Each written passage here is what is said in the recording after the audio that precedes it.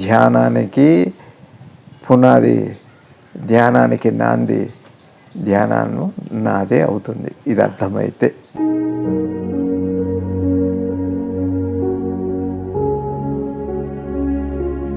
తెలియకపోవటం కూడా తెలియకపోతేనే దానికి నిద్ర అయితే అది ఆనంద స్థితి. ఇక్కడ కూడా నా జ్ఞానం తెలియటం వల్ల కాదు, జ్ఞానం తెలియటం వల్ల కంటే కూడా తెలియకపోవటం ఏంటో తెలుసుకోవటం నిజమైన జ్ఞానం. రవి గారు అందులో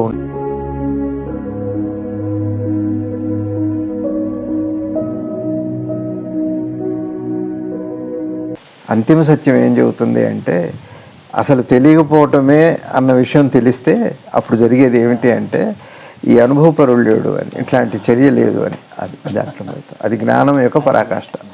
అదే వెళ్తున్నాం మనం ఇప్పుడు మనందరం కలిసి చేసే ప్రయాణం అదే.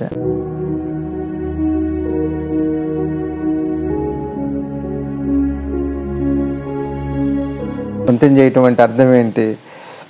ఈ లోపు నా మనసులో ఉన్న సున్నితత్వాన్ని పోగొట్టుకుంటున్నా, నిశిత దృష్టిని పోగొట్టుకుంటున్నా, నన్ను నేను గమనించడం పోగొట్టుకుంటున్నా, సహజత్వాన్ని పోగొట్టుకుంటున్నా అన్నది ఒకటి. అసలు అటువైపు చూడను. నేనేం చేస్తున్నా, నా కోరికలు ఏమన్నా కానీ, నా ఉత్తమ లక్ష్యం ఏదన్నా ఉంటే దానికి ఒక అభిప్రాయానికి వచ్చి వీటిన్నిటిని అణిచిపెట్టే ప్రయత్నమే చేస్తున్నాను నేను.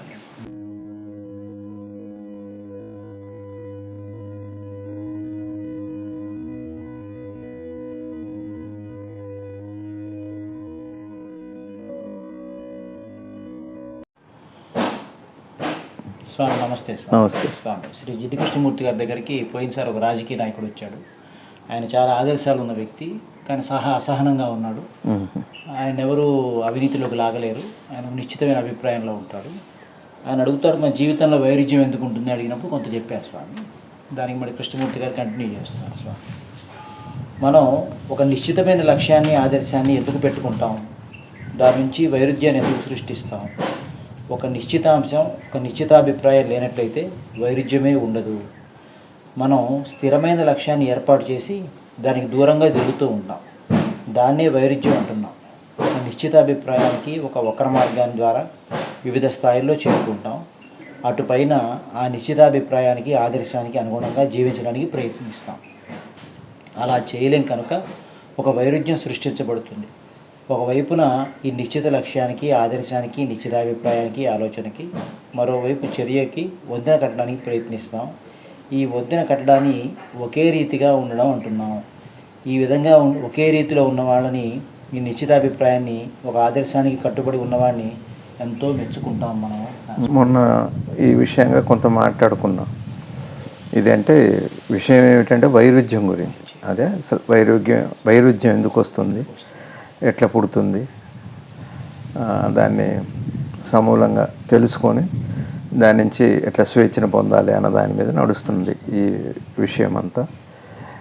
సరే, ప్రయత్నం చేద్దాం, విచారణ చేద్దాం. బ్రహ్మజ్ఞానాలు చెప్పే మాట బ్రహ్మ వైపు నుంచే తీసుకోవాలి. బ్రహ్మజ్ఞానం నుంచి ఈ ప్రపంచ జ్ఞానం వైపు వెళ్తున్నాం మనం. ప్రశ్న ప్రపంచంలో పుట్టింది, విషయం ఏమో బ్రహ్మజ్ఞానానికి సంబంధించింది. కాబట్టి ఈ ప్రపంచంలో పుట్టిన ఈ ప్రశ్నకి బ్రహ్మజ్ఞానం వైపు నుంచి తీసుకుంటేనే దీనికి ఒక సార్థకత ఉంటుంది. లేకపోతే అది ఎటన్నా వెళ్ళొచ్చు. అసలు ఒక నిశ్చితమైన అభిప్రాయాన్ని, లక్ష్యాన్ని ఎందుకు పెట్టుకుంటాం అంటే, నిశ్చితమైన అభిప్రాయాల్లో లక్ష్యం ఉందా, లక్ష్యంలో నిశ్చితమైన అభిప్రాయం ఉందా, అది ఒకటి. తర్వాత ఈ వైరుధ్యాన్ని సరిగా అర్థం చేసుకోకపోతే మళ్ళీ అది కూడా నిశ్చితమైన అభిప్రాయాలకి, లక్ష్యానికి దారితీస్తుంది. ఎప్పుడైతే వైరుధ్యాన్ని అర్థం చేసుకున్నామో అది అభిప్రాయం కాదు. గమనించడం ఎప్పుడు అభిప్రాయం కాదు. అభిప్రాయాలు తర్వాత ఏర్పడతాయి. మీకు తెలిసాకనే అభిప్రాయాలు వస్తాయి. ఆ తర్వాత అవి నిశ్చితం అవుతుంది. అందులో నుంచి మళ్ళీ ఒక లక్ష్యం ఉంటుంది. వృద్ధి అంతే. భౌతిక జీవనంలో, ఈ వ్యవహారిక జీవనం అంతా, ఈ ప్రయాణం అంతా ఇంతే. లోపల అట్లాంటిది కాదు. అవగాహన అంతే. అక్కడ అయిపోతుంది. ఏమిటి అంటే, వైరుధ్యం ఎందుకు వస్తుంది, ఇది ప్రశ్న. అసలు ఎందుకు పెట్టుకుంటాం, దాని గురించి వారు చెబుతున్నారు. మనం అర్థం చేసుకునే ప్రయత్నం చేద్దాం. ముందు ఒక నిశ్చిత అభిప్రాయం అంటే ఏంటి చెప్పండి. మీకు ఈ భౌతిక ప్రపంచంలో, లౌకిక ప్రపంచంలో ఒక ఫలం ఉంది కాదా? ఆ ఫలం కోసం కొన్ని విధానాలు, కొన్ని మార్గాలు ఉన్నాయి. దానికి ఆ విధానాన్ని, మార్గాన్ని అనుసరించటమేగా అభిప్రాయం అంటే. అది నిశ్చయంగా ఉంటే అది నిశ్చిత అభిప్రాయమైంది. ముందు ఒక అభిప్రాయము, దాని మీద సంపాదిద్దాం, దాన్ని సాధిద్దాం అనుకున్నప్పుడు అది నిశ్చిత అభిప్రాయం అవుతుంది. కానీ మొత్తం మీద అక్కడ ఏం కనపడుతుంది మనకి? ఒక ఫలము భౌతిక జీవనంలో. అంతేగా పిల్లల్ని అడుగుతారు, ఏంటి నీ గోల్ ఏంటంటారు. అంటే ఐఏఎస్ అవ్వాలి, లేదా నేను డాక్టర్ అవ్వాలి అనే కదా అంటారు. ముందు ఒక అభిప్రాయానికి వచ్చి ఇక దాని మీద నిలబడిపోయి దానికోసం చేసే కృషి అవన్నీ ఉన్నాయి. నిశ్చిత అభిప్రాయానికి ఎందుకు వస్తామో అన్నది ఇది ముందు, అది రూట్ కాదు కాదా? చూడండి ఒకసారి. ఓ నా అభిప్రాయం ఇంతే అని అంటున్నారు అంటే ఏంటి చెప్పండి? ఒక విషయాన్ని అతను తీసుకున్న తుది నిర్ణయం ఏదైతే ఉందో ఆ విషయం ఏడ, దాని నుంచి వచ్చే ఫలం ఏడ, వాళ్ళతో మాట్లాడవచ్చు కాదు, ఎందుకు ఈ గొడవలు అన్నారు అనుకోండి ఉదాహరణకి. ఏమో ఈ గొడవలు అయితే ఆగుతాయని నాకు అనిపించట్లేదు, అట్లా అనిపించేది. అది ఇవి పోయేవి కాదు. అది ఒక అభిప్రాయం. అభిప్రాయం అది నిశ్చితంగా బలపడిపోయింది తన అభిప్రాయాన్ని. అంటే దాని అర్థం ఏంటంటే నిరంతరము మన చుట్టూ జరుగుతున్న మార్పుని చూడని మనసే ఒక నిశ్చిత అభిప్రాయానికి వస్తుంది కాదరే. ఈ అనంత విశ్వంలో మనందరినీ పోషిస్తున్న ఈ పంచభూతాల్లో అవి ఒక అభిప్రాయంతో ఉన్నాయేమో చూడండి. అభిప్రాయమా క్రమత ఉంది దాంట్లో. క్రమతగా ఉంటామా, అభిప్రాయంగా? క్రమత ఎప్పుడు వస్తుంది? ఉన్నదాన్ని ఉన్నట్టుగా దాన్ని దర్శించగలిగితే సహజంలోనే ఆ క్రమత ఉంది. కానీ అభిప్రాయాలన్నీ కూడా నీకు నువ్వు ఒక కర్తృత్వము కదా, కర్తృత్వం కాదా? నేను చేస్తాను, గాలి ఉంది. ఇప్పుడు ఇందాక మనం కూర్చున్న 10 నిమిషాల్లోనే ఒక 5 నిమిషాలు చల్లటి గాలి వచ్చింది, మళ్ళీ ఇప్పుడు మళ్ళీ స్తంభించింది. అభిప్రాయం అది? ఎవరు నిర్ణయించారు దాన్ని? ఇవన్నీ మళ్ళీ ఇప్పుడు మళ్ళీ చల్లగాలి వస్తుంది. అట్లా అది అభిప్రాయాలు కాదు. అదే ఇప్పుడు నేనైతే ఒక ఫ్యాన్ పెట్టుకున్నా, 3లో పెట్టుకున్నా, మళ్ళీ కొద్దిసేపు 1లో పెట్టుకుంటా. ఇవన్నీ అభిప్రాయాలు. నువ్వు మార్చగలిగేదంతా అభిప్రాయం. నేను మార్చగలిగేది కూడా అభిప్రాయమే. నీ అభిప్రాయం నిన్ను మారుస్తున్నది కూడా నువ్వు మార్చాలని మళ్ళీ ఇంకొక ఆలోచన వస్తుంది. ఇవన్నీ అభిప్రాయాలు. దాంట్లో నిశ్చయం అనేది పెట్టుకుంటాం. కానీ అభిప్రాయానికి అందుకని ఏం చేయాలి? ఉన్న సహజత్వాన్ని చూసినప్పుడు వీటికి ఒక అర్థం తెలుస్తుంది. అట్లా కాకుండా నాకు నేనుగా నా అభిప్రాయాన్ని అర్థం చేసుకోవాలి, ఇది తప్ప ఒప్ప, అది కాదు విషయం. అసలు న్యాచురల్గా ఏముంది, అన్యాచురల్గా ఏముంది, ఒరిజినల్ ఏమిటి, డూప్లికేట్ ఏమిటి తెలియాలి మనకి. అది మీకు అర్థమవుతుంది. ఇప్పుడు ఏమంటున్నారు? ఒక నిశ్చిత అభిప్రాయం ఎందుకు పెట్టుకుంటారు? వక్ర మార్గం అంటే అర్థం ఏంటి? వక్ర మార్గము అంటే సహజమైతే అది క్రమ మార్గం. వక్రము అని అంటే అర్థం ఏంటంటే నీ జ్ఞాపకాల్లోంచి, నీ ఆలోచనలోంచి, అనుసరణలోంచి, అనుకరణలోంచి వచ్చేది వక్రం. అంటే వక్రము అనేది జ్యోతిష్యంలో కూడా వాడతాడు. ఇప్పుడు గురుడు వక్రిచ్చాడు, శని వక్రిచ్చాడు. వక్రము అంటే చెబుతారు మన జ్యోతిష్యంలో కూడా. గ్రహ వక్రము అంటే వెనక్కి వేయటం. ఒక గ్రహం ముందుకు వెళ్ళే దిశ నుంచి వెనక్కి అడుగు వేయటాన్ని వక్రము అంటారు. వక్రము అంటే ఒకరిది వక్ర బుద్ధి అంటే చెడ్డ బుద్ధి అని ఉంది మనకి వాడుకలు వ్యవహారికంగా. వక్రము అంటే స్పష్టత లేకపోవటం, ఓపెన్నెస్ లేకపోవటం, ఎందులో క్రూకెడ్నెస్ ఉండొచ్చు, ఏమన్నా ఉండవచ్చు. వక్రం అంటే అదేమిటి అంటే గ్రహం ఏం చేస్తుంది? ముందుకు వెళ్తుంది ఒక వేగంతో, కాకుండా వెనక్కి వస్తే వక్రం అంటూ శాస్త్రం ఏం చెబుతుందంటే ఆస్ట్రాలజీలో వస్తున్నట్టుగా కనపడుతుంది అన్నారు. నిజంగా వెనక్కి వెళ్ళదు, వెనక్కి వెళ్ళటం ఉండదు. మీకు అర్థమవుతుంది. కాబట్టి అట్లా కనపడుతుంది మనకి. వక్రము అంటే అర్థం ఏమిటి అంటే, వక్ర మార్గాల్లో అంటే అర్థం ఏంటి? నాకు తెలుసు దాని ఫలం, నేను చూశాను, అది నాకు తెలుసు, దాన్ని ఎట్లా సాధించాలో నాకు తెలుసు, ఏదో చేయాలంటాడు. వక్ర మార్గము అంటే అర్థం ఏమిటి అంటే సహజంగా ముందుకు వెళ్తున్న దిశ నుంచి ఒక క్షణం వెనక్కి వస్తున్నట్టుగా కనపడటమే. అంటే సహజంగా నది ఎప్పుడు ముందుకు వెళ్ళింది అనుకోండి, సపోజ్ వెనక్కి వస్తే వక్ర మార్గమే, అది ఉందా? సహజంగా అట్లా. ఇప్పుడు ఇవాళ చూడండి, అనేక నదీ ప్రమాదాలు జరుగుతున్నాయి, సముద్రాలు పొంగుతున్నాయి, ముందుకు వస్తుంది, వెనక్కి వెళుతుంది, ఉప్పెన్లు వస్తున్నాయి, ఎక్కడెక్కడో వర్షాలు వస్తున్నాయి. ఏమిటి కారణం? ఏమిటి అంటే ఇంత వేడికేమో సూర్యుళ్ళు వచ్చిన మార్పు కారణం ఉంటున్నారు. చాలా చాలా వేడి పెరిగిందట దాంట్లో. రెండోది ఏం చెబుతున్నారంటే చంద్రుల్లో ఆకర్షణ ఎక్కువైపోయిందట. ఆకర్షణ ఎక్కువైయటం వల్ల ఈ సముద్రాల్లో మార్పులు వస్తున్నాయి. చూడండి ఎంత తమాషాగా ఉంది. క్రమ మళ్ళీ మామూలుగా జీవనం అంటే అక్రమ అని ఉంది. అదే వీరోచితంగా విక్రమ అని అంటారు. అవే తమాషాగా ఉంటాయి. క్రమ అనే దాని చుట్టూ ముందు ఉంటాయి అక్షరాలు. క్రమంలోంచి ఆ క్రమతని కాకుండా మీకు కృష్ణమూర్తి గారి భాష అంత గొప్పది. తెలుగే అసలు అద్భుతమైన భాష. చాలా ఎంజాయ్ చేయొచ్చు అండి. భాషలో నుంచే బోడు జ్ఞానం వస్తుంది తీసుకుంటే. భాషను ఊరికే పని కోసం తీసుకుంటే అంతవరకు పర్లేదు, అది ఒక రకమైన జీవనం. కానీ భాషని ఎందుకు ఈ మాట వచ్చింది అని ఆలోచిస్తే క్రమకి ముందు చేరతాయి. వి చేరుతుంది, ఆ చేరుతుంది, పా చేరుతుంది, పరా చేరుతుంది, ఎన్నెన్నో చేరతాయి. క్రమతలో ఏముంది చెప్పండి? క్రమతలో ఏముంది? కృష్ణమూర్తి గారు తీసుకుంటే క్రమతలో ఏముంది అంటే వైరుధ్యం లేదు అని చెప్పటమే. వక్ర మార్గంలో వక్రము, వక్రించుట, వెనకడుగు వేయటం అనుకోండి, దాన్ని దిశ నుంచి మార్చుకోవటం అనుకోండి, పక్కకు చూడటం అనుకోండి, వాడిది వక్ర దృష్టి అంటాడు. అంటే సరిగా చూడట్లేదు అండి. అర్థమైందని నేను చెప్పేది. అట్లా ఎప్పుడైతే క్రమదృష్టి ఉంది అంటే అసలు మీకు లక్ష్యాలతో కానీ, ఎందుకంటే దానికి అదే లక్ష్యం. నువ్వు వచ్చేసరికి నీకు లక్ష్యం వచ్చింది, కానీ దాని ప్రయాణంలో గమ్యం లేనప్పుడు లక్ష్యమే ఉంటుంది, గమనం లేనప్పుడు లక్ష్యమే ఉంటుంది, గామి లేనప్పుడు లక్ష్యమే ఉంటుంది.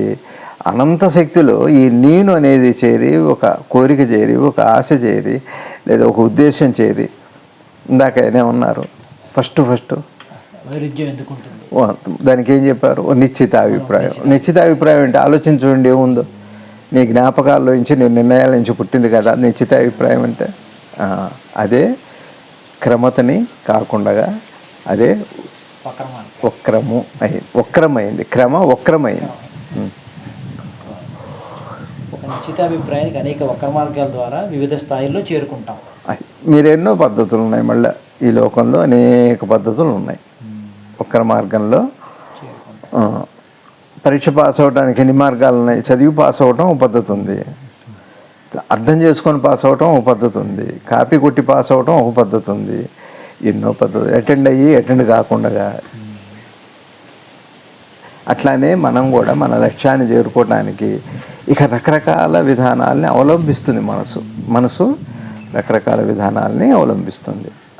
చేరుకుంటాం. ఇప్పుడు ఉదాహరణకి మీరు భయపడుతున్నారనుకోండి, నా మాటకి మీరు భయపడతారనుకోండి, నా సత్సంగం కూడా అయి ఉండవచ్చు. భయపడుతున్నాను అనుకోండి, ఇప్పుడు నాకు తెలియదు, అది మీకు తెలియకపోవచ్చు, నాకు తెలుసుగా. ఇప్పుడు నేనేం చేస్తా? దాన్నే వినియోగిస్తా, దాన్నే ఆయుధంగా వాడుకుంటాను నేను. అయిందా? అది ఇప్పుడు అదే వారు అనేది. ఇట్లా అనేకం. ఇంట్లో భార్య భర్తలు కావచ్చు, తండ్రి కొడుకులు కావచ్చు, అది ఏ వ్యవస్థ అన్నా కావచ్చు, అవస్థ మాత్రం ఇదే, దానికి విధానం మాత్రం అదే. ఒక చోట మీకు ఈ వెసులుబాటు ఉంది అని అంటే అది క్రమమా, సక్రమమా, వక్రమమా, పరాక్రమమా, విక్రమం ఇవన్నీ కాదు. మీకు అది ఇందులో వస్తుంది అని మీకు తెలిస్తే అందులో నుంచి దాన్ని ఏం చేస్తారు? దాన్ని రూపొందిస్తారు, పెంపొందిస్తారు, బలపరుస్తారు, ఆనందిస్తారు. అలా వెళ్తుంది. అయిందా? ఏమిటంటే వక్ర మార్గం అనేది ఎందుకు వస్తుంది? ఒకవేళ లభించకపోతే ఈ వక్ర మార్గంలో సుఖపడుతున్న వాళ్ళు లేరా? క్రమత కాకుండా ఉన్నారుగా, బాగానే ఉందిగా. మరి ఈ మాట ఎందుకన్నారు కృష్ణమూర్తి గారు? అలా జీవించలేం కాబట్టి అంటే అది నీకు పెయిన్ కూర్చుంటుంది లోపల, అశాంతికి గురి చేస్తుంది ఎక్కడో చోట. కాక అది ఒక్క ఆస్పెక్ట్లో నీకు అవుతుంది, ఇంకా చాలా ఉన్నాయి నీకు. ఇప్పుడు ఉదాహరణకి నేను ఎంతో మోసం చేసి బయట డబ్బు సంపాదించవచ్చు, అది నా ఇంట్లో సుఖాన్ని ఇవ్వకపోవచ్చు, నా పిల్లల నుంచి నాకు సుఖం రాకపోవచ్చు, లేదా ఇంకా మరేదో అట్లాంటి క్రమతని మనం సంపాదించడం. దీని నుంచి విడుదల స్వేచ్ఛ వస్తే తప్పనిచ్చే అన్ని వైపులా, అంటే ఆశాంతము శాంతి సుఖం రావాలి అంటే ఒక దాంట్లో అక్రమ మార్గంలో మనం ఏదో చేస్తాం, బాగానే ఉంది. ఇప్పుడు ఉదాహరణ చూడండి, ఏదో అన్యాయం చేసి నేను డబ్బు సంపాదిస్తా 1000 కోట్లు అమాయకులు ఉన్నంతకాలం, అది వక్ర మార్గమే కదా. కానీ ఎప్పుడైతే తీసుకెళ్ళి ఖైదీ చేస్తారో, ఖైదీ చేసిన తర్వాత ఏమవుతుంది? అది ఇప్పుడు అది నాకు సంతోషాన్ని సుఖాన్ని ఇస్తుందా? మరి పశ్చాత్తాపం అదంతా తర్వాత, కానీ సుఖాన్ని ఇవ్వట్లేదు, ఎవరికి ఇవ్వట్లేదు.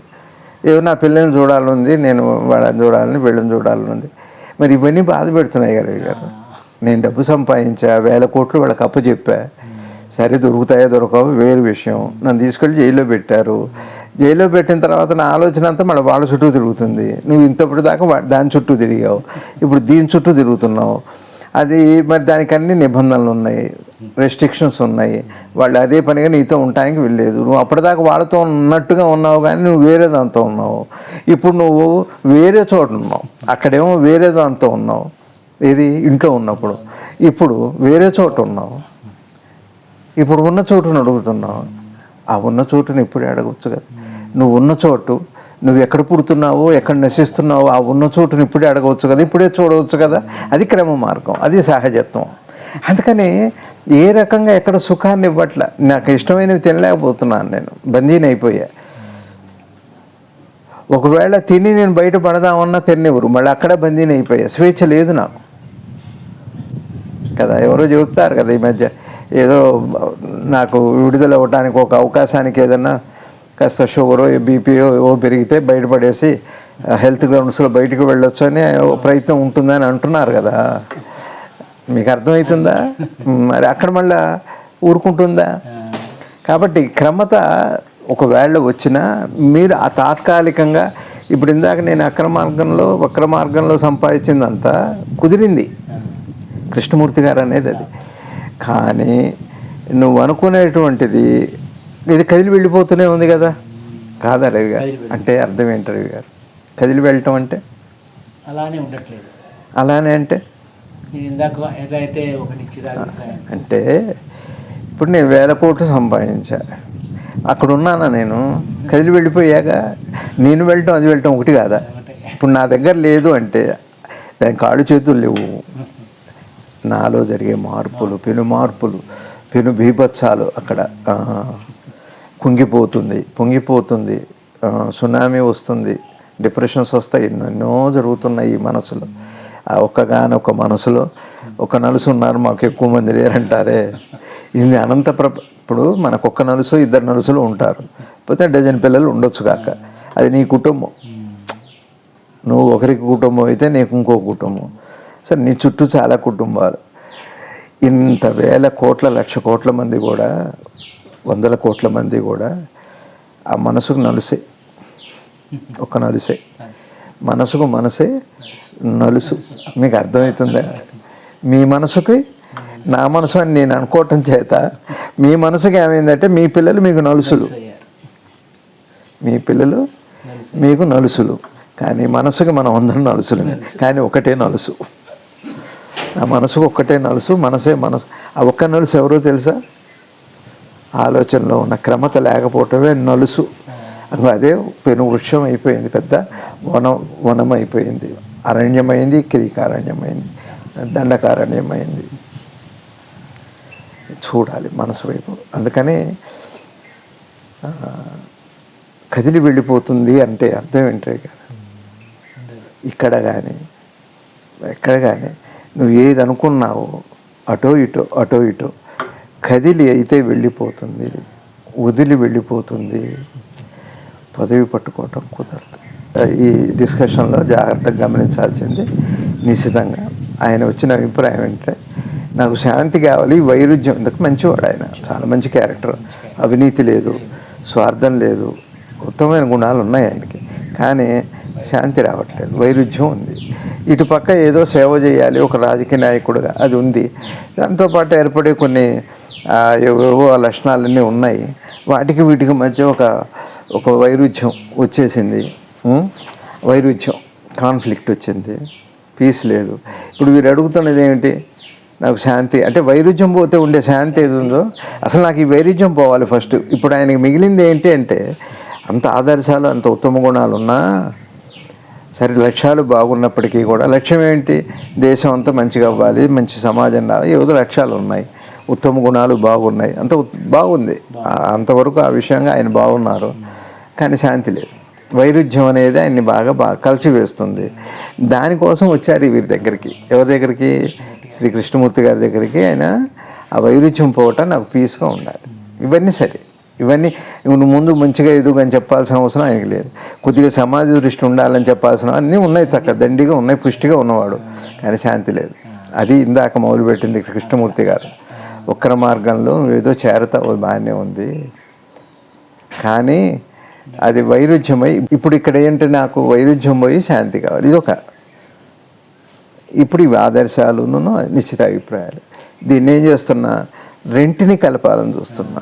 అర్థమవుతుంది రవి గారు? నా లోపల నాకేమో వైరుధ్యం పోయి శాంతి ఉండాలి. ఎట్ ఏ టైము నేను కోరుకున్న లక్ష్యాలని అవన్నీ నేను సాధించాలి. ఈ రెండు కాన్ఫ్లిక్ట్ అంటే రెండు పరస్పర విరుద్ధం కాదు, కానీ వైరుధ్యాన్ని కలిగిస్తున్నాయి. విరుద్ధం వాటి మధ్య లేదు. వైరుధ్యము విరుద్ధము కాంది. వైరుధ్యము అంటే అర్థం ఏంటి? రెండుగా కనపడటమేగా. వైవిధ్యము, వైరుధ్యము.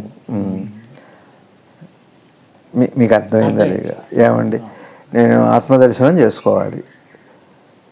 సరే, నేను నీతిగా డబ్బు సంపాదిస్తాను, కష్టపడి సంపాదిస్తాను, ఇది అనుకోండి. ఈ రెంటిని నాకు శాంతితో ఎట్లా ఉంటాను? ఈ రెంటిని కాదు. కృష్ణమూర్తి గారు ఏమంటారంటే ముందు ఈ రెంటిని వెళ్ళిపెట్టు, ముందు ఆ డిజైర్ ఏమిటో దాన్ని చూడు అంటున్నారు. ఇక్కడ శ్రీ కృష్ణమూర్తి గారు ఏమంటారంటే ఒక్కరి మార్గం అని ఎందుకు వాడారు ఇక్కడ అంటే ఈ రెంటిని ముడివేయటమే. నీకు ఒక ఉత్తమ ఉద్దేశం, నాకు వైరుధ్యం పోయి శాంతి కావాలి. ఇది లక్ష్యాలు ఉన్నాయి.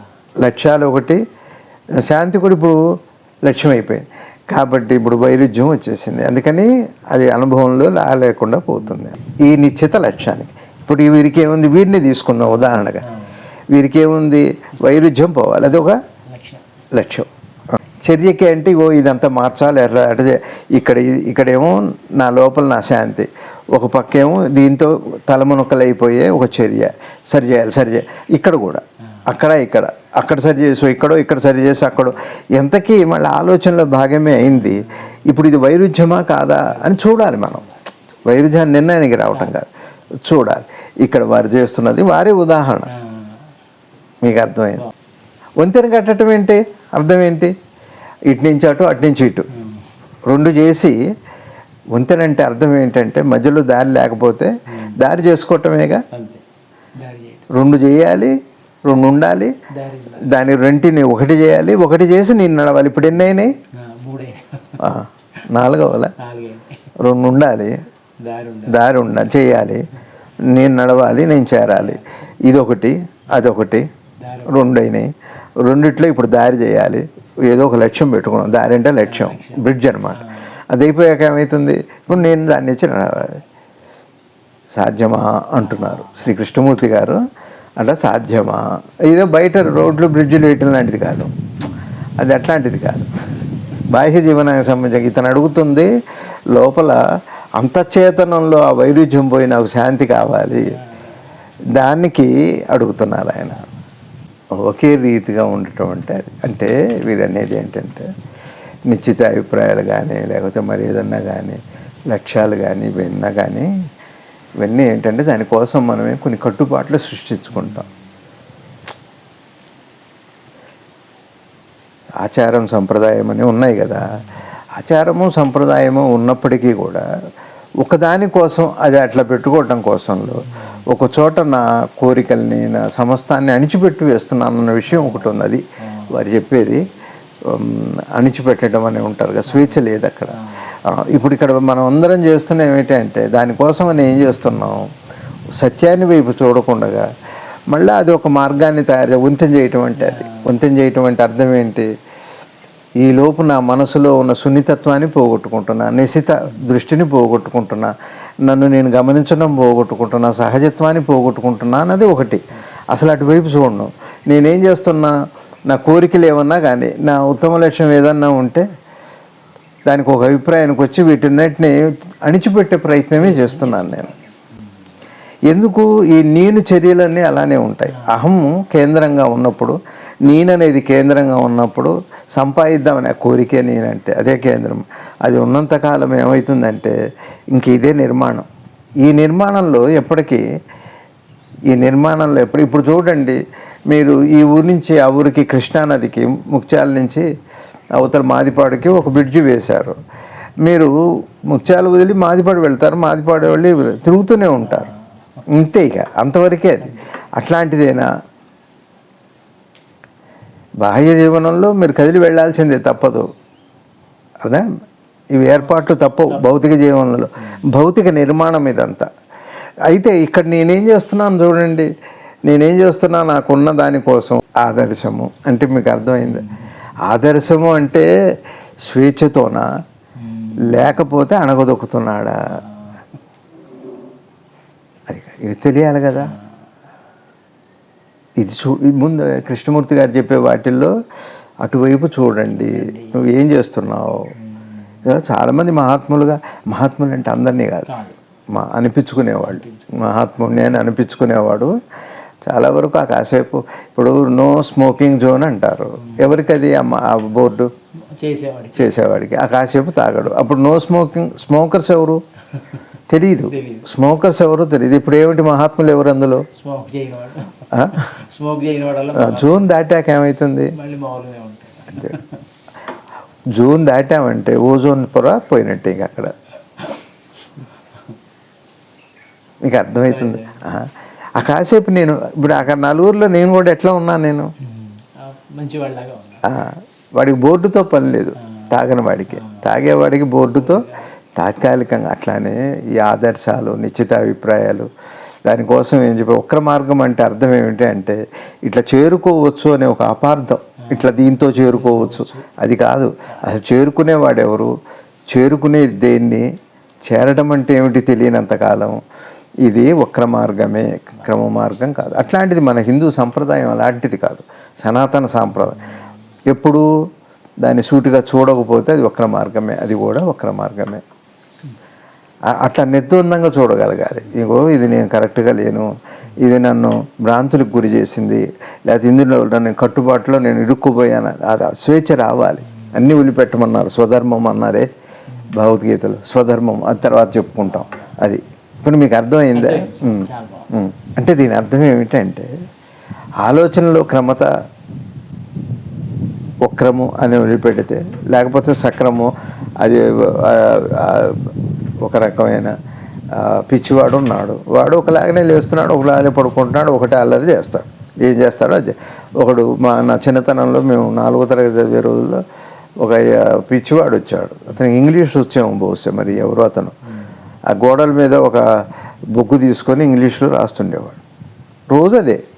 అంత అన్నం ఎవరో పెడితే తినేవాడు. స్నానం సంజయ్ ఉండదు. క్రమత లేదా అక్కడ? ఒకటే రకంగా ఉన్నాడా లేడా? పిచ్చివాడు కూడా ఒక రకంగా ఉన్నాడు. మనం కూడా ఎట్లున్నాం? ఒకే రకంగా అంటే అసలు ఈ పదప్రయోగం ఎందుకు చేశారు రవి గారు, కృష్ణమూర్తి గారు? ఒకే రకంగా అంటే, ఒకే రకము అంటే భౌతికమే అది. ఒకే రకము అని మీరు అంటే సింపుల్గా చెప్పాలంటే స్థూలమా సూక్ష్మమా? సూక్ష్మంలో స్థూలమా, స్థూలంలో సూక్ష్మమా? అది చూడండి, ప్రశ్నించుకోండి. సూక్ష్మంలో కూడా స్థూలమేగా, ఆలోచనలో కూడా స్థూలము అంటే అర్థం ఏంటంటే రూపనామాలు అని. స్థూలము అంటే భౌతికంగా ఒక సాలిడ్ పదార్థం అని కాదు. ఇప్పుడు మీ అమ్మగారు అన్నాను, మీ అమ్మగారు కనపడ్డారుగా, స్థూలంగా అంటే భౌతికంగా. మరి రూపనామాలు అంటే మీ రూపం, అమ్మ రూపం కనపడింది కదా, అది సూక్ష్మంలో స్థూలం. ఇక్కడ ఈ ప్రపంచాన్ని నేను చూస్తున్నాను కదా, నాకు కనపడుతుంది కదా, ఇప్పుడు మీరు నాకు కనపడుతున్నారు, నేను మీకు కనపడుతున్నా. స్థూలంలో ఆ చూడబడే సూక్ష్మం, స్థూలంలో సూక్ష్మము, సూక్ష్మంలో స్థూలము. సూక్ష్మంలో స్థూలాన్ని ఆలోచన అన్నాం, స్థూలంలో సూక్ష్మాన్ని జీవనం అన్నాం. అంతే, అదే అందులో ఉన్న ధర్మ సూక్ష్మం అదే. ఇది కృష్ణమూర్తి గారు చెప్పేది. ఒకే రకము అంటే ఆలోచన స్థాయి కూడా ఒక రకంగా స్థూల సంబంధమే, అట్లానే జీవనం కూడా ఒక రకమైన స్థూల సంబంధమే. అంటే స్థూలంతో సూక్ష్మంతో ఉన్న సంబంధం. అర్థమవుతుందా? ఆలోచిస్తున్నాను అని అన్నారు మీరు. ఏం చేస్తున్నాను అన్న ఏంట్రా అంటే ఇది ఆలోచిస్తున్నావు ఏంటి అంటారు. నాకు తెలియదు. మీరేం చెబుతారు? ఏం లేదు మా అబ్బాయి గుర్తొచ్చాడంటారు. మీ అబ్బాయి గురించి నాకు కనపడట్లేదుగా, మీ అబ్బాయి మీకు కనపడుతున్నాడుగా. మీకు అర్థమైందా? ఇక్కడ కనబడుతుంది స్థూలం, మీకు తెలుస్తుంది. అది స్థూలమే అది. మీ అబ్బాయి అనగానే ఇప్పుడు నాకు అది స్థూలమా సూక్ష్మమా? స్థూలం. అది ఒక బాబు గురించి ఒక అబ్బాయో అమ్మాయో సినిమానో ఏదో ఏదో ఏదో ఏదైనా మీరు మీ మనసులో సూక్ష్మమైనా నేను చెబుతున్నప్పుడు నేను ఎలా ఊహిస్తాను? అది సూక్ష్మమైనా కూడా రూపనామాలకు సంబంధించిన విషయమే అది. ఇది అద్భుతమైన సబ్జెక్ట్ అడిగారు. స్థూలము సూక్ష్మము అన్నాం కదా. కాబట్టి ఆలోచన స్థాయిలో అయినా బాహ్య జీవనంలో అయినా ఆలోచన సాగుతున్నప్పుడు స్థూలమే ఉంది. కాబట్టి ఇప్పుడు స్థూలమేగా ఉంది. అబ్బాయి అన్నవాడు బయటికి రూపనామాలకు సంబంధించిందేగా.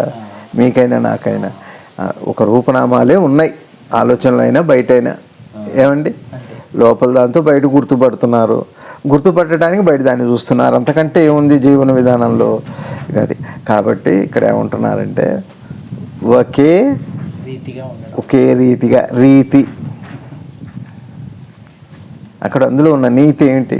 ఒకే రీతి అంటే ఒకే రీతి అంటంలోనే భౌతికంగానే ఉంటున్నారు. భౌతికమే, విషయమే, దృగ్గోచరమే కాదా? దృక్కుకి గోచరమయ్యేది, దృక్కుకి గోచరమయ్యే విషయం ఇక్కడ ఇక్కడ అని వదిలిపెట్టండి. దృగ్గోచరం అంటారు కదా. దృగ్గోచరం అంటే అదే అంటే ఒకే రీతిగా అంటంలోనే కృష్ణమూర్తి గారు ఒకే రీతిగా అన్న పదం వాడారు. అంటే ఒకే రీతి అంటే అది భౌతిక విషయమే, ఇంకేదన్నా కానీ. వైరుధ్యం ఎందుకు వస్తుంది అంటే ఒకే రీతిగా ఉన్నంతకాలం పిచ్చివాడికైనా మంచివాడికైనా ఇంతకంటే కొత్తదైతే కాదు. ఒకే రీతి అంట, ఒకే రకంగా ఉన్నాయి అని అంటంలో మీ ఉద్దేశం రెండు ఉన్నాయి. రెండు భౌతికమా సూక్ష్మమా? స్థూలమా సూక్ష్మమా? స్థూలం. స్థూలంలో రెండు ఉన్నాయి కదా. రెండు ఉంటేనేగా ఒకే రీతిగా అంటాం. అంతేగా. మరి ఇక్కడ ఒకే రీతిగా అంటంలో రెండే ఉన్నాయి. చెప్పండి ఏమున్నాయి? ఆలోచన, జీవనం. బాహ్యమైన కర్మజీవనం, ఆలోచన అన్నది ఈ రెండు ఉన్నాయి ఇక్కడ ఒకే రీతిగా. ఇప్పుడు చూడండి, మనస వాచ కర్మణ అంటున్నారు, ఒకే రీతిగా ఉండాలంటున్నారు. దేనికి సంబంధించిన విషయం అది? మొత్తం ఉంది కదా ఆలోచన, మొత్తం సరళిలో మనస వాచ కర్మణ మొత్తం వ్యక్తమయ్యేది రూపనామాలకు సంబంధించింది. అచ్చం ఒకలాగానే ఉన్నారంటంలోనే, ఒకే రీతిగా ఉన్నాయి అంటంలోనే అక్కడ పిచ్చివాడని వాడారు, మంచివాడని వాడారు. కానీ ఆలోచన ధోరణి అంతా కూడా ఇది అర్థం చేసుకోకపోవటం పేరు వక్ర మార్గం. అంతేగాని వక్రము అంటే మీరు ఎవరిని మోసం చేస్తున్నారు అట్లయితే జీవనానికి వ్యతిరేకమే అవుతుంది. అసలు జీవన విధానమే తప్పు అయిపోతుంది వక్ర మార్గం అంటే. అట్లా చెప్పరు జ్ఞాని. బ్రహ్మజ్ఞాని చెప్పేది ఏమిటి అంటే వక్ర మార్గము అంటే ఒకటే. రవి గారు, నేను పాఠం చెబుతున్నా, మీరు వింటలేదు, ఏదో చేస్తాను, అది వక్రమే. క్రమత లేదు. ఇది అటు చేరదు. ఆ విషయం ఫలవంతం కాదు, పుష్పించనేరదు, వికసించనేరదు కదా. వక్రము అంటే అది. ఇక్కడ వీరు అనేవాడు అందుకే ఒకే రీతి అంతే. అది కాదు. మహాత్ములు గొప్పవాళ్ళు అంటే అది కాదు. ఒకే రీతిలో ఉండటం కాదు. ఒకే రీతి లేనప్పుడు అంటే ఒకే రీతి అని అంటే అర్థం ఏంటి చెప్పండి? ఇందాక నేను చెప్పా, ఒకే రీతి అని అంటంలోనే ద్వంద్వము రెండు ఉన్నాయి, వైవిధ్యం కూడా ఉంది. అయితే ఒకే రీతిగా మనకు కనపడుతున్న మహాత్ములు ఒకే రీతిగా ఉన్నారు అని అంటున్నామంటే అర్థం ఏంటి అంటే వాళ్ళని మహాత్ములని అంటున్నాం. అంటే దేని మహాత్ముడు అని దేన్ని అన్నారు చెప్పండి మీరు? మీకు భౌతిక జీవనాన్ని మానసిక జీవనాన్ని అన్నాను. పెద్దలు చెప్పారుగా, మహా ఆత్మ, ఆత్మ యొక్క ఆ మహత్తుని మా అనంతంగా వ్యాపించిన చైతన్యాన్ని తెలుసుకున్నవాడు మహాత్ముడు. అట్లానే మహానుభావుడు. మహా అంటే అనంతంగా, అణువు అంటే అతి సూక్ష్మమైన దాని నుంచి అనంతంగా వ్యాపించింది ఏదైతే ఉందో దాన్ని తెలుసుకున్న వాడిని మహానుభావుడు అన్నారు. కానీ మనం ఏం చేస్తున్నాం, భౌతిక జీవనానికి ఆ మానసిక వరకు పవిత్రతో ఏదన్నానండి అంతవరకు చూసి మనం మహానుభావుడు అంటున్నాం. అంతకంటే అనలేము కూడా మనకి. అంటే వ్యవహారిక సత్యం అది. మహానుభావుడు అనేది అందరినీ వాడికేరా మహానుభావుడు అంట. వాడు డబ్బు సంపాదించాడు, మంచి సౌహృదయితుంది, 1,00,000 మందికి అన్నదానం చేశాడు, ఏదో ఇల్లు కట్టేశాడు, సత్రాలు, గుళ్ళు, గోపురాలు, అది ఇంకేవో చేశాడు. వాడిని ఏమంటారు మీరు? గొప్ప వ్యక్తి, మహానుభావుడు అంటారు. అంటే భౌతిక చర్యలో భాగం అయిపోయింది కాదు. అది ఆది భౌతికము, ఆది మానసికము. అది ఆ మాట అంటే ఇక్కడ శ్రీకృష్ణమూర్తి గారు ఏమంటున్నారంటే, మీరు అనుకునే వైరుధ్యము అన్నది ఎక్కడొస్తుంది అంటే ఈ స్థాయిలో చూస్తే మొత్తం వైరుధ్యంగానే ఉంటుంది. అది చూడు కదా. మీరు మహానుభావుడు అనేది లేదా నువ్వు అనుకునే ఇప్పుడు మన లక్ష్యాలు ఏంటి? నేను కూడా మహానుభావుడు అవ్వాలి, వాళ్ళలాగా ఎవరిలాగానో పలానా వ్యక్తిలాగా XYZ లాగా అవ్వాలి. ఎందుకు XYZ లాగా ఎందుకు అవుతున్నావు అంటే మళ్ళీ నీకు ఆదర్శం అంటావు. ఆదర్శం అంటే ఇంకోటి ఉండాలి, నువ్వు ఉండాలి. ఆదర్శము అంటంలోనే దర్శించేది దర్శకుడు ఇద్దరు ఉండాలి. అది మళ్ళీ ఈ స్థాయిలోకి, ఈ క్షేత్రంలోకి వస్తుంది, మనోక్షేత్రంలోకి వస్తుంది, భౌతిక క్షేత్రంలోకి వస్తుంది. ఈ క్షేత్రం దాటి అవతలకి వెళ్ళాలి కదా. అంటే ఇక్కడ శ్రీ కృష్ణమూర్తి గారు చేసేది ఏమిటంటే స్పష్టత తీసుకొస్తున్నారు ఆయనకి. మీరు కోరుకుంటున్నది ఏమి, అది ఇట్లాంటిదేనా, వైరుధ్యం పోవాలంటున్నారు, అదే మీ లక్ష్యం. ఇప్పుడు అదే మీ లక్ష్యం. దానికి ఏమన్నా పోనీ ఆదర్శం పెట్టుకున్నారా ఎవరన్నా మహానుభావులను అని వాడిని అడగట్లేదు. కానీ మనం అర్థం చేసుకోవాలి జాగ్రత్తగా. ఇది కాదు. అది ఏం చెప్పుకున్నాం ఇవాళ మనం కృష్ణమూర్తి గారిది ఇక్కడ చివరి నుంచి కేవలం భౌతికమైనటువంటి ఒక ఏర్పాటు, ఒక నిశ్చిత. ఇప్పుడు చూడండి, మనం ఇంతసేపు చర్చించుకున్నదంతా కూడా భౌతిక నిర్మాణంలోది, ఈ విజ్ఞాన ప్రపంచంలోది, మానసిక ప్రపంచంలోది కాదా? యువతులు అన్నీ ఇప్పటిదాకా మాట్లాడుకున్నవి. అది కాంది కదా వైరుధ్యం లేని స్థితి. నిద్రలో మీకు ఎప్పుడన్నా వైరుధ్యం ఉందా? ఇప్పుడు నిద్రలో వైవిధ్యం కనపడదా? కళల్లో వైవిధ్యం ఉంది, జాగృతంలో వైవిధ్యం ఉంది. ఎప్పుడన్నా మీరు సుషుప్తిలో వైవిధ్యాన్ని చూసారా? చివరికి పశుపక్ష, అది పిప్పీలి కాదు, బ్రహ్మపర్యంతరం నిద్రే. నిద్ర అంటేనే తెలియకపోవటం కూడా అంతే. నిద్ర అంటే సింపుల్. అక్కడ వైరుధ్యం లేదు. ఎక్కడ తెలియకపోయినా తెలియకపోతే తెలిస్తే ఏమవుతుంది తెలుసా రవి గారు? ఏమవుతుంది? అంతే. ఏం జరగాలో జరుగుతుంది. ఉత్సుకత, అందులో ఉత్సుకత పుట్టచ్చు, ఆవేశం పుట్టచ్చు, అసూయ పుట్టచ్చు, క్రోధం తెలియట్లేదు అన్న విషయం తెలియకపోతే, ఇప్పుడు ఉదాహరణకి మీరు నిద్రపోతున్నారు, ఏమన్నా ఏం తెలియదు కదా. పక్కన వాళ్ళు ఏవో తింటున్నారు బ్రహ్మాండంగా. అందుకనే ఒక కథ ఉంది మన దగ్గర. ఒక 2-3 స్నేహితులు ఉన్నారట. ఆ 2-3 స్నేహితుల్లో ఒక అతను గుడ్డివాడు. సరే, అతనికి ఇష్టమైనవన్నీ కొనుక్కొచ్చారు. వాళ్ళు కూడా తెచ్చారు, అతనికి ఇష్టమైన ప్రీతికరమైనవి కూడా తెచ్చిపెట్టారు. తింటున్నారు. అతను ఆ గుడ్డివాడికి ఏమిటి అంటే, నాకు తెలియకుండా వాళ్ళు ఇంకేం తింటున్నారు. తెలియకపోవటం కూడా ఇది తెలియటం అన్నమాట. వాడు ఏం తింటున్నాడు తెలియదు కదా. వాడు ఏం తింటున్నాడో తెలియదు ఒకటి, అది వాడికి తెలియదు ఒకటి కదా. తెలిసే అవకాశం లేదు కదా. అది ఎప్పటికైనా కలుస్తాయా? వాడిని తృప్తిపరచగలమా ఎప్పటికన్నా? ఏమో లేరా, పెట్టారు, సంతోషం, మంచిది, బాగుంది మీ ప్రేమ, నేను కాదనలేను. కానీ ఏవో అంటాడు వాడు. మీకు అర్థమైంది? తెలియకపోవటం ఉన్నది. ఇప్పుడు వాడు ఏం తింటున్నాడో నాకు పెట్టకుండా నాకు పెట్టాడు, ఏదో ఇష్టమైనవి బాగానే ఉంది. కానీ వాళ్ళు ఇంకేం తింటున్నారో, ఏం తింటున్నారు నాకు తెలుసా? నాకు తెలియదుగా. అయిందే? ఇక్కడ ఉంది బ్యూటీ. ఇక్కడి నుంచే ధ్యానం మొదలవుతుంది. ఇప్పుడు నాకు తెలియదు కదా వాడు ఏం తింటున్నాడు. ఈ తెలియదు అన్న విషయం నన్ను ఏం చేస్తుంది? ఇప్పుడు నన్ను వాడు ఏం తింటున్నాడు అన్న దానికంటే కూడా, వాడు ఏం తింటాడో అన్న దానికంటే కూడా, నాకు పెట్టాడో లేదో అంటం కంటే కూడా, నాకు తెలియట్లేదు అన్న బాధ నన్ను గుడ్డివాడిని చేస్తుంది. అంధుని చేస్తుంది అది. సత్యాన్ని చూడనివ్వదు. ఇక్కడ ఇగో ఇది ఇక్కడే ధ్యానం యొక్క అదే చెబుతా నేను. ధ్యానానికి పునాది, ధ్యానానికి నాంది, ధ్యానాన్ని నాదే అవుతుంది. ఇది అర్థమైతే ఇది చూడాలి, లేకపోతే మీకు అర్థమైందని చెప్పింది మేస్త్రి గారు. ఏం చెప్పండి? మీకు తెలియట్లేదు అని తెలియటం వల్ల ఏమవుతుంది? ఏం బాధ వస్తుంది. ఇప్పుడు బాధ దాంట్లో ఉందా దీంట్లో ఉందా అంటే ఏది ఎక్కువ బాధగా ఉంది? ముందు దాంతోనే మొదలైంది.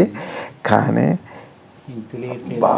సీక్రెట్స్ చూడండి, మనం ఎవరైనా ఊరు వెళ్ళి రాగానే లేదా ఉత్తరం రాగానే మెసేజెస్ రాగానే ఓపెన్ చూసేంత వరకు తెలిసింది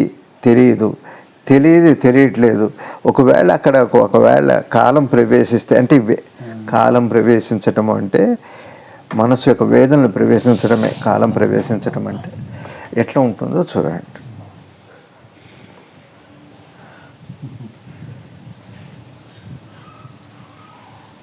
అసలు రహస్యం ఇది. నచ్చింది? నేను చెప్పింది అర్థమైందా మీకు? కాదా? ఎట్లా వైరుధ్యంలోకి వెళ్తున్నానో అర్థమైంది. తెలియట్లేదు అని తెలియటం.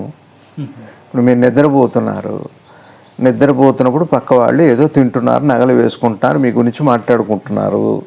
మీకు తెలియదు కదా. ఇప్పుడు ఏం బాధలేదు కదా. ఒకవేళ నాకేం తెలియట్లేదు అన్న విషయం మాత్రమే తెలిసింది నిద్రలో మీకు. అప్పుడు ఏమవుతుంది? దేని విషయంలో?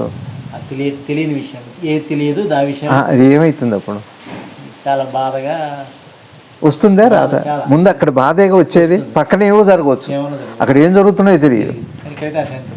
ఆనందమో దుఃఖమో ఏముందో తెలియట్లేదు అన్న విషయం ఒకవేళ మీకు తెలిస్తే ఎట్లాంటిదంటే, ఒక గదిలో బంధించి ఒక్కడికి అదేదో ఎక్కడో జైల్లో ఒక్కడే ఉంచుతారు అట్ట ఖైదీని.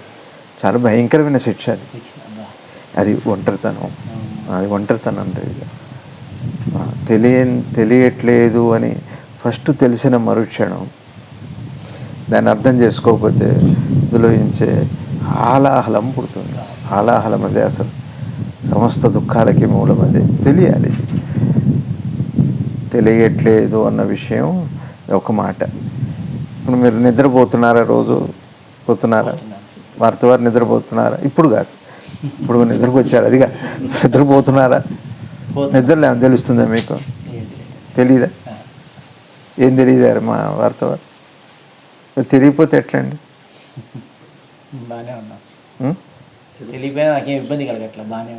బాగానే ఉంటుందా? సంతోషంగా నిద్రపోతున్నారుగా. మీరు ఎందుకో తెలియకపోవటం కూడా తెలియకపోతేనే దానికి నిద్ర అయితే అది ఆనంద స్థితి. ఇక్కడ కూడా నా జ్ఞానం తెలియటం వల్ల కాదు, జ్ఞానం తెలియటం వల్ల కంటే కూడా తెలియకపోవటం ఏంటో తెలుసుకోవటం నిజమైన జ్ఞానం. రవి గారు అందులో ఉండే బ్రహ్మాండం మొత్తం అంతా బ్రహ్మానందం ఉంది, అందులో శివానందం ఉంది. అందులో కృష్ణమూర్తి గారిది అక్కడి నుంచి మొదలవుతుంది పాఠం. అక్కడ శివానందంలో నుంచి పేర్లు వాడరు వారు. మన సనాతన సాంప్రదాయంలో నాకు ఆ ప్రీతి ఉంది. విషయం అది ఒకటే మాట. కాకపోతే ఆ మహానుభావుడు ఆ పదాల జోలికి వెళ్ళారు. ఎందుకంటే అవి మనకి పదాలు మనని మొత్తు కలిగిస్తాయి. పదాలు ఏం చేస్తాయంటే పరాధీనుని చేస్తాయి, ఆరాధకుని చేస్తాయి. అవి వారికి ఇష్టం ఉండదు. తత్వంలో అది కరెక్ట్ కాదు. అది అందుకని అట్లా చెప్పరు. నేను ఊరికే తెలిసిన వాడికి ఆ మాత్రం తెలియడం తప్పేం కాదు. నిద్రలో ఏం తెలియదని తెలిసి కూడా ఎందుకు నిద్రపోతున్నారు చెప్పండి నాకు. తెలియకపోవడంలో నాకు ఆనందం. సపోజు మీ గురించి వాళ్ళు ఏదో రాత్రి 1 గంటకు మాట్లాడతారని తెలిసింది. మీకు నిద్ర వస్తుంది, పడుతుందా? ఎందుకని? మీరు నిద్రపోతే తెలియదు కదా. మీరు నిద్రపోతే వాళ్ళు మీ గురించి ఏం మాట్లాడుకుంటారో మీకు తెలిసే అవకాశం లేదు. ఇది తెలిసాక మీకు నిద్ర పడుతుందా? అదేగా అది నిద్ర అంటే. ఇది జ్ఞానం అంటే లోపలికి వెళ్ళాక అంతిమ సత్యం ఎలా ఉంటుంది అంటే, అంతిమ సత్యం తెలియకపోవటం గురించి తెలియటం అనే జ్ఞానం కలుగుతుంది. అదే జ్ఞానం అంటే. తెలిసిన విషయం తెలియటం కాదు, లేదా మీకు తెలియని విషయం తెలియటం కాదు, తెలియకపోవటం ఏంటో తెలియటం. ఇప్పుడు మీకు తెలియని దానికోసం వెళ్తున్నారు. ప్రయాణం అట్లనే మొదలవ్వాలి. అది మన సంప్రదాయంలో ఉన్న అనేక ఈ సంప్రదాయము సంస్కృతిలో ఉండే ఆచారాలు అవన్నీ ఉన్నాయి. అదే ఆరంభం. అయినా కానీ చివరికి ఏం తెలియని స్థితికి చేరటం ఇంటర్వ్యూ గారు. అసలు చిత్రం ఏమిటి అంటే ప్రతివాడు కూడా ఇన్ని కష్టాలు ఇన్ని ఉన్నాయి, రేపు ఏమవుతుందో తెలుసు, ఉంటానో కూడా తెలియదు. అది తెలియకపోయినా కానీ పోతానని తెలుసు. ఎన్ని రోజుల్లో పోతానో తెలియదు, కానీ నేనైతే పోతాను. నా జబ్బు అట్లా ఉంది, నా కష్టాలు ఇట్లా ఉన్నాయి, అప్పులు ఇట్లా ఉన్నాయి, దేశం ఇట్లా ఉంది, పొంగుతున్నాయి. ఇప్పుడు అమెరికా అంతా అతలాకుతలంగా ఉంది. ఆ దేశంలో ఎక్కడ తైవాన్ అనుకుంటా వరుసగా 60-70 వచ్చినాయి భూకంపాలు. మొన్న అమెరికాలో 78 టోర్నడోలు వచ్చినాయి ఒక 5 స్టేట్స్లో, టెక్సాసు, మిసిసిపి అట్లాంటి చోట. ఇంకా ఒక 100 రెడీగా ఉన్నాయట. మరి అక్కడ ఇప్పటికే చెక్క ముక్కలు ఉన్నాయి అక్కడ. ఇంకేమవుతుందో అంటే ఊడ్చి కలాబ్ చల్లినట్టు అవుతుంది. ఇది తెలుసు నాకు, రేపు ఏమవుతుందో నాకు తెలుసు, వస్తుందో రాదు నాకు తెలియదు, కానీ ఇదైతే మొత్తానికి ఇది నాకు తెలుసు, ఇన్ఫర్మేషన్ అయితే ఉంది. అయినా నిద్రపోతే హాయిగా ఉంటుంది అని నాకు తెలియంది కూడా తెలియదు, నాకు తెలిసేది కూడా తెలియదు. అప్పుడు అదే నిద్ర అయితే నాకు ఆనందాన్ని ఇస్తుంది. చూసారు, అందరూ దాని వైపు ఎందుకు ఇష్టపడుతున్నారు రవి గారు? ఆ జ్ఞానం కోసం. అందుకనే తురీయము అన్నారు. తురీయము అంటే ఏం తెలియటం ఏం తెలియపోవటం కాదు. మీకు అర్థమవుతుందా? ఇప్పుడు రేపు నేను ఉంటాను, ఇంకో క్షణం తర్వాత తెలియదు, నాకు తెలియదు కదా రవి గారు. అది అట్లాంటిది కాదు, అది సమాచారం. అది భౌతిక విషయానికి ప్రాపంచిక విషయంలో సమాచారం గురించి మాట్లాడట్లా. జ్ఞానం అనే మాటకు వచ్చాక తెలియటం తెలియకపోవటం జ్ఞానానికి సంబంధించి మానసిక స్థాయి దాటాక నేను వాడుతున్నాను. అంతిమ సత్యం వైపు నుంచి మాట్లాడుతున్నాను. భౌతిక సమాచారం తెలిసిన భౌతిక విషయంలో రవి గారు 2025 ఎట్లా ఉంటుంది ఇప్పుడు? ఈ ఆగస్టు నుంచి ఎట్లా ఉంటుందంటారు? తెలీదా? తెలీదుగా. తెలీదా? ప్రమాదాలు జరుగుతాయా? కాలం గడిచిపోతుంటుందా?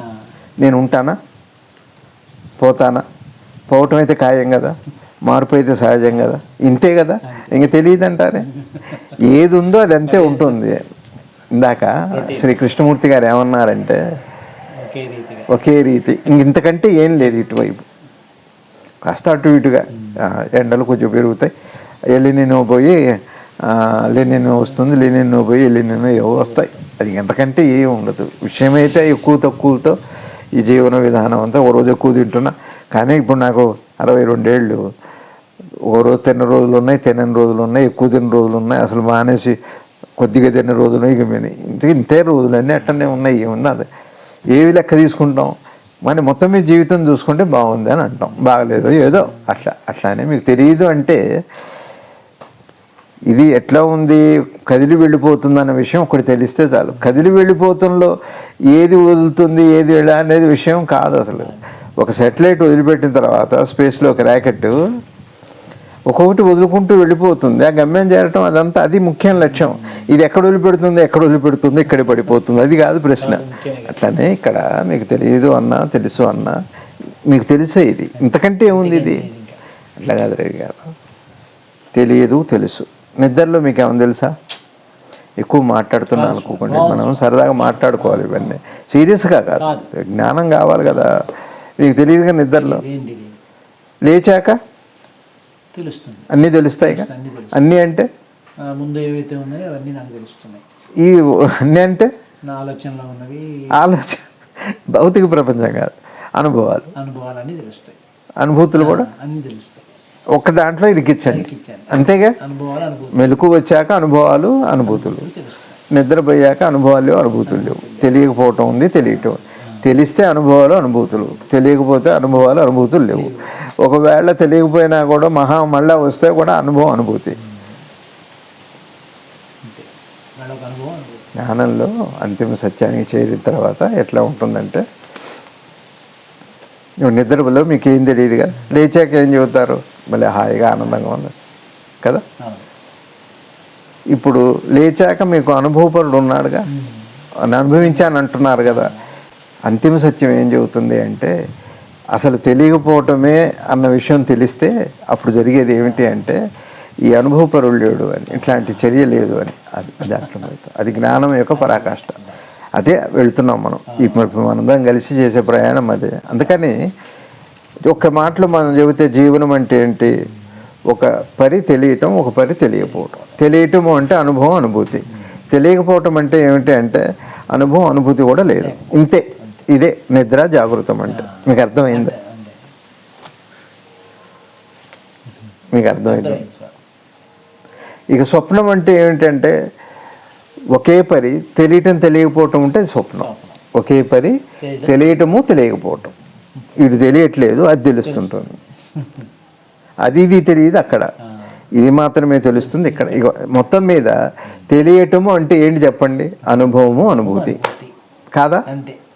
ఎవరికైనా, ఏ మనసుకైనా ఒక అనుభవం ఉంటుంది, ఒక అనుభూతి ఉంటుంది, అంతే మ్యాక్సిమం. ఇదంతా కలిపి జీవనం. ఇది తెలియదా మీకు? ఇప్పుడు తెలిసిందా, తెలియలేదా? ఇంతే. సూక్ష్మంలోకి వస్తే అంతే, సూక్ష్మంలోకి వస్తే అంతే. అందుకని ఈ తెలియకపోవటం అనే విషయాన్ని ఇంకా ఇంకా ఇంకా మాట్లాడుకుందాం. శ్రీ కృష్ణమూర్తి గారు ఆ బ్రహ్మజ్ఞాని బోధని మనం ఇంకా ఇంకా బాగా మనం క్వశ్చన్ చేయాలి. ఒట్టిగా వినటం కాదు, క్వశ్చన్ చేసుకోవాలి, మాట్లాడుకోవాలి సరదాగా. మీకు తెలియదు, నాకు తెలుసని కాదు, మీరు నేర్చుకోవాలి, నేను నేర్పుతానని అట్లాంటిది కాదు. అందరూ కలిసి ఆలోచిస్తే ఒక పరిష్కారం కాదు, స్వేచ్ఛ వస్తుంది. పరిష్కారాలు లేవు ఇక్కడ, స్వేచ్ఛ, స్వయిచ్ఛ కాదు. కాబట్టి కృష్ణమూర్తి గారికి పాదాలకి నమస్కరిస్తూ శ్రీ శివానంద గురుభ్యో నమః. భారత మాతాకు జై.